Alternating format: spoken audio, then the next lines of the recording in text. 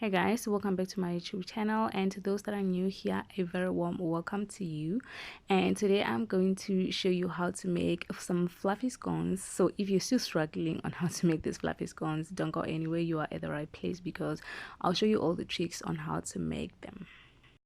So first things first, ingredients, and I've written them down for you guys so that you can get to understand better. If you are looking forward to baking for a small family, then 3 cups of flour are just more than enough. But then if you're baking for a bigger family, then you adjust the ingredients. So the more you adjust on flour is the more you're going to adjust on all the other dry and wet ingredients.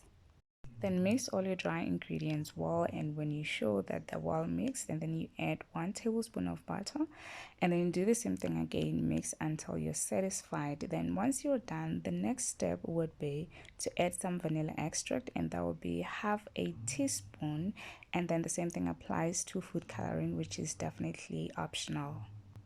Now the next step is to add your wet ingredients. So when it comes to wet ingredients, I wrote 1.5 cup of plain yogurt and then some fresh milk. So when it comes to wet ingredients, it's really dependent on how soft you want your dough to be. However, when making scones, you don't have to make your dough too soft, because you still have to actually roll it and then cut it. So your dough just have to be soft enough to be rolled and to be cut. And if you're still watching this video, I take you to like it. So please do me a favor by liking, subscribing, and hitting that bell button, and finally sharing and comment. So this is one terrible mistake that I actually made. When you making scones, you're not supposed to knead your dough as much as I did here. I actually kneaded way too much. That's terrible. You're not supposed to do that. But then actually the reason why I knead it too much is because I noticed at some point that it was a bit too soft. So I kept on adding a little bit of flour, just to make sure, as I'm doing right now, just to make sure that it's not too soft. Otherwise, you're not supposed to knead your dough just as much, because with scones it does not really matter how hard or how lumpy it is. Well, it doesn't really have to be lumpy, but then just make sure that it's not too smooth. Now the next step is to flour the surface on which you are going to knead and cut your dough, just so the dough does not stick on the surface. Well, it's not really kneading it, but then just trying to make sure that it's not as lumpy, and then to make sure that you level it.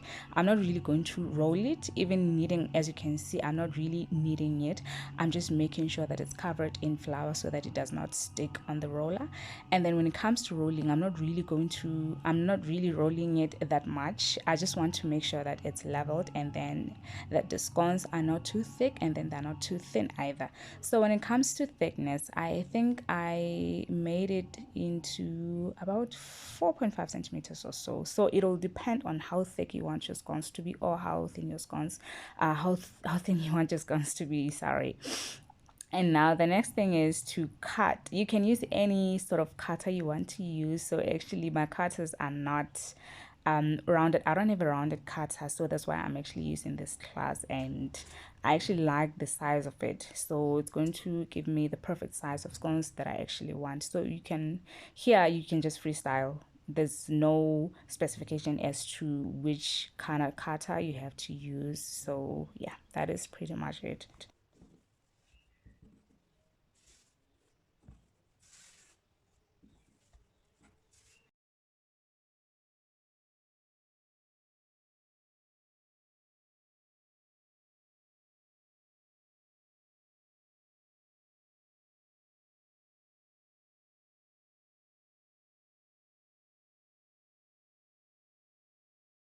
Now, once you're done cutting your scones, you can transfer them to a pan.